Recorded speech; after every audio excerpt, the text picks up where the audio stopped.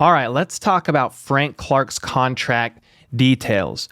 Will he be cut, or would he be willing to take a pay cut and stay around longer? Well, I'll give you my reasons why that could happen. But first, how about those?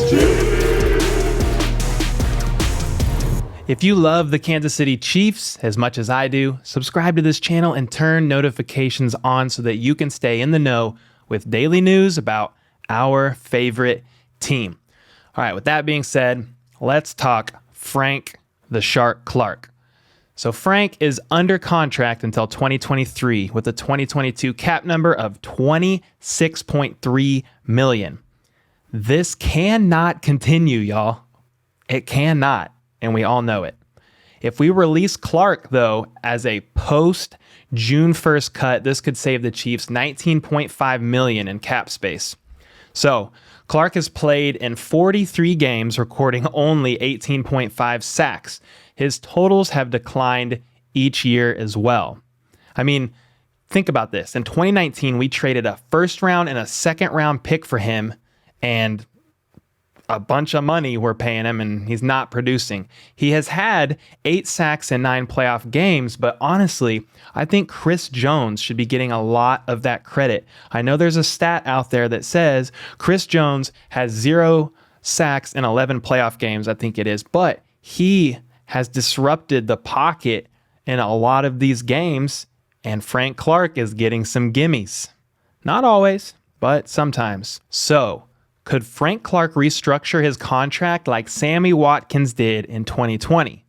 If you didn't know, Watkins was expecting to get $21 million that year, and releasing him would have cleared $14 million of that. So he was expected to be cut.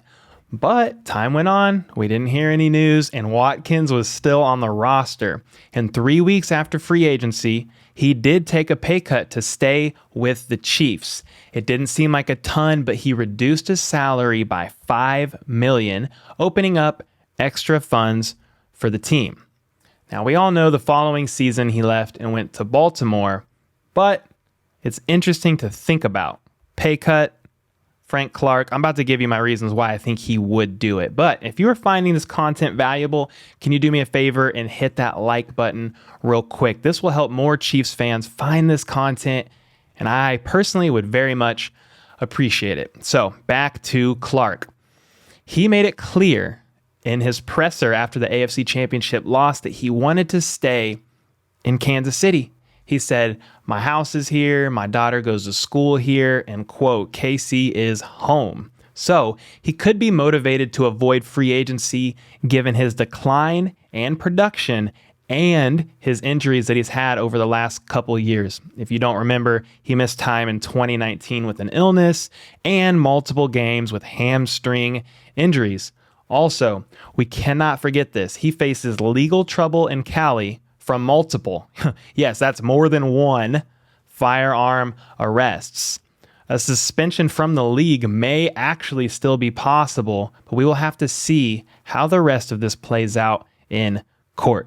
Crazy to me, guys. This guy, I think aside from Mahomes, is getting paid the most on our team, and he's out here getting caught with Uzis. Nuts. But hey, with all that being said, I feel like Clark honestly has done this to himself. Lack of productivity, issues off the field, and injuries may leave him with little options in free agency. So I think he might be willing to take a pay cut. He would have to take more of a pay cut than Watkins did for sure to stay possibly. But what are y'all's thoughts? Should we keep him if he agrees to take a serious pay cut? Would that be helpful? Or do we cut him and just take our losses? I think it's around like $8 million in dead money that will be lost if we cut him after June 1st. Leave a comment down below. Let me know your thoughts. I read them all.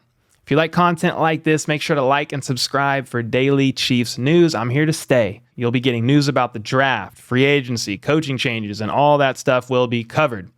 So hey, until next time, let's go. How about those